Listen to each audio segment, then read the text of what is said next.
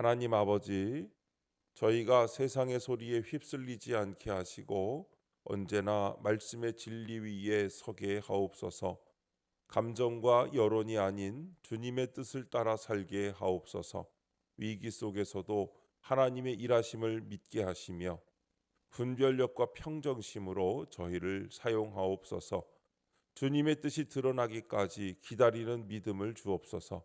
세상의 질서와 법 속에서도 일하시는 하나님의 손길을 보게 하소서. 혼란보다 질서를 세우시는 주님을 신뢰하며 어디서든 주님의 주권을 인정하는 믿음을 허락하옵소서. 오늘도 말씀하옵소서. 듣겠습니다. 예수님의 이름으로 기도합니다. 아멘. 성경 말씀 사도행전 19장 32절부터 41절까지 말씀입니다. 사람들이 외쳐 어떤 이는 이런 말을 어떤 이는 저런 말을 하니 모인 무리가 분란하여 태반이나 어찌하여 모였는지 알지 못하더라. 유대인들이 무리 가운데서 알렉산더를 권하여 앞으로 밀어내니 알렉산더가 손짓하며 백성에게 변명하려 하나 그들은 그가 유대인인 줄 알고 다 한 소리로 외쳐 이르되 크다 에베소 사람의 아데미여 하기를 2시간이나 하더니 서기장이 무리를 진정시키고 이르되 에베소 사람들아 에베소 씨가 큰 아데미와 제우스에게서 내려온 우상의 신전지기가 된 줄을 누가 알지 못하겠느냐. 이 일이 그렇지 않다 할 수 없으니 너희가 가만히 있어서 무엇이든지 경솔이 아니하여야 하리라. 신전의 물건을 도둑질하지도 아니하였고 우리 여신을 비방하지도 아니한 이 사람들을 너희가 붙잡아 왔으니 만일 데메드리오와 그와 함께 있는 직공들이 누구에게 고발할 것이 있으면 재판날도 있고 총독들도 있으니 피차 고소할 것이요 만일 그 외에 무엇을 원하면 정식으로 민회에서 결정할지라. 오늘 아무 까닭도 없는 이 일에 우리가 소요 사건으로 책망받을 위험이 있고 우리는 이 불법 집회에 관하여 보고할 자료가 없다 하고 이에 그 모임을 흩어지게 하니라. 아멘. 경솔이 아니하여야 하리라 라는 제목으로 말씀의 은혜를 함께 나누겠습니다. 본문 요약입니다. 에베소에서 일어난 소동이 혼란스럽게 진행되는 가운데 서기장이 나서서 상황을 진정시킵니다. 그는 군중에게 경솔한 행동을 삼가고 법적 절차를 거쳐 문제를 해결할 것을 권고합니다. 또한 불법 집회의 위험성을 지적하여 모임을 해산하게 합니다. 첫 번째, 어찌하여 모였는지 32절부터 34절입니다. 에베소의 연극장에 모인 군중은 혼란 상태에 빠져 2시간이나 크다 에베소 사람의 아데미여 라고 외칩니다. 이성적인 대화나 설득이 불가능한 집단 광기의 상태를 보여줍니다. 이와 같이 우리도 하나님의 진리가 아닌 세상 우상에 집착할 때 영적 혼란에 빠집니다. 세상 가치와 우상의 마음을 빼앗기면 삶의 방향을 잃기 쉽습니다.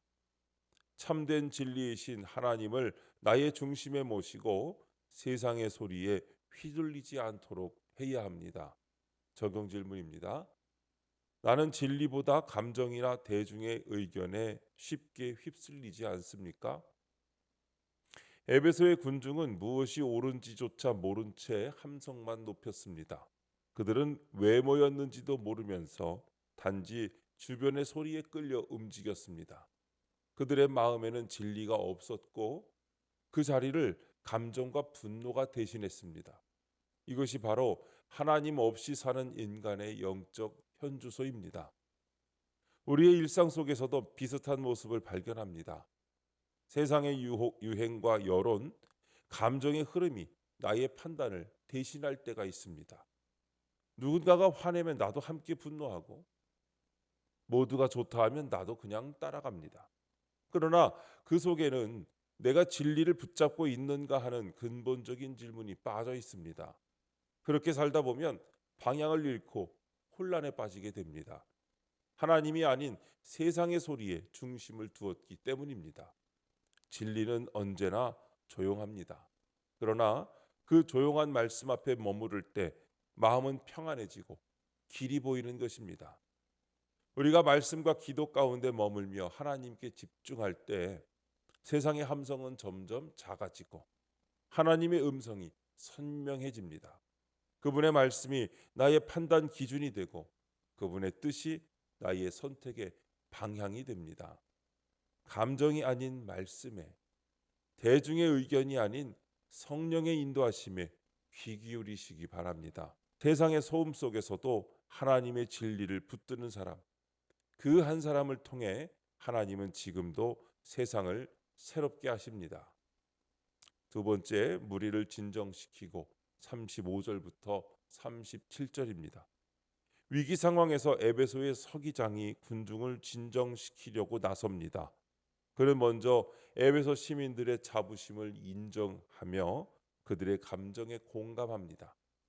그러는 동시에 바울 일행이 신전의 물건을 훔치거나 여신을 모독한 일이 없다는 사실을 언급하며 객관적인 시각을 제시합니다. 이렇게 하나님은 때로 우리가 생각하지 못한 방법으로 우리의 구원을 이끄십니다.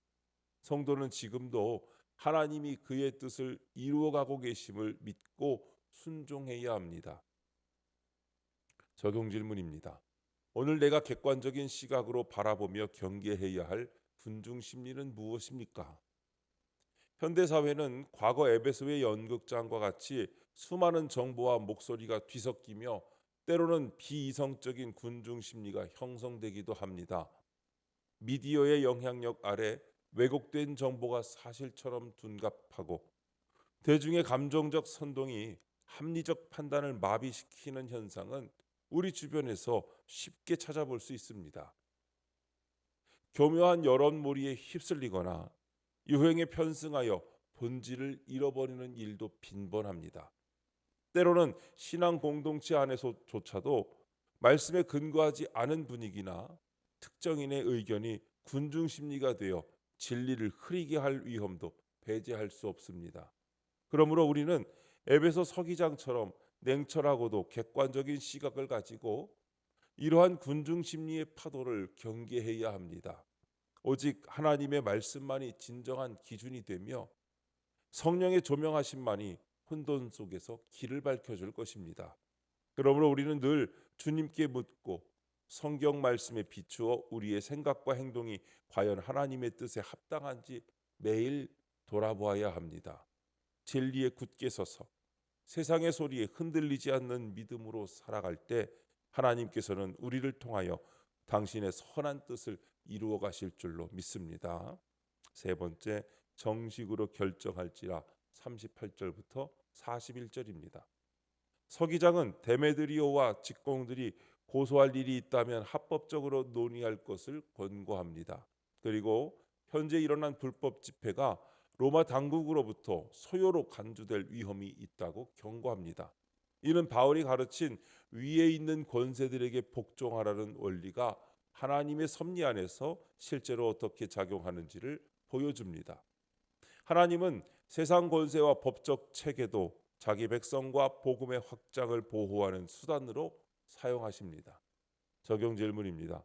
나는 하나님이 세상의 질서와 법을 통해서도 일하심을 믿습니까? 우리의 신앙은 종종 세상 것과 하나님의 일을 분리하려는 경향이 있습니다. 그러나 하나님은 세상의 모든 질서 속에서도 주권적으로 일하시는 줄 믿습니다.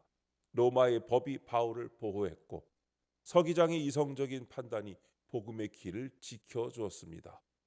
하나님의 손길은 성전 안에만 머무는 것이 아니라 세상 한가운데서도 역사하고 계십니다. 그러므로 신자는 세상의 법과 제도를 무시하거나 외면하지 않고 그 속에서도 하나님의 섭리를 바라볼 수 있어야 합니다. 직장에서의 규칙, 사회의 법, 행정적인 절차조차도 하나님께서 질서를 세우신 통로로 존중해야 합니다. 하나님은 혼란보다 질서를 기뻐하십니다. 질서를 지키며 살아가는 삶 자체가 믿음의 표현이요 복음의 향기가 됩니다. 에베소의 서기장이 하나님을 알지 못했어도 하나님의 뜻을 이루는 도구가 되었던 것처럼 오늘날 우리가 마주하는 세상의 모든 구조도 하나님의 섭리 안에 있습니다. 이 믿음으로 세상을 두려워하지 말고 오히려 그 속에서 하나님의 선하신 인도하심을 경험하는 복된 성도님들이 되시기를 주님의 이름으로 축원합니다. 기도하겠습니다. 하나님 아버지, 감정과 군중 심리에 휩쓸려 경솔히 행동하지 않도록 진리 안에 굳게 서게 하옵소서. 소동과 분란의 사건에서도 복음의 증인으로 지혜롭게 대처하게 하옵소서. 세상 질서 가운데 일하시는 하나님을 믿고 말씀의 원칙을 지키게 하옵소서. 주님, 이 시간 주님께 기도드리는 성도의 기도 가운데 함께하여 주시옵시고 주님의 세미한 음성을 들려주시며 그 선하신 손길로 인도하여 주시옵소서. 우리 주 예수님의 이름으로 기도드립니다. 아멘.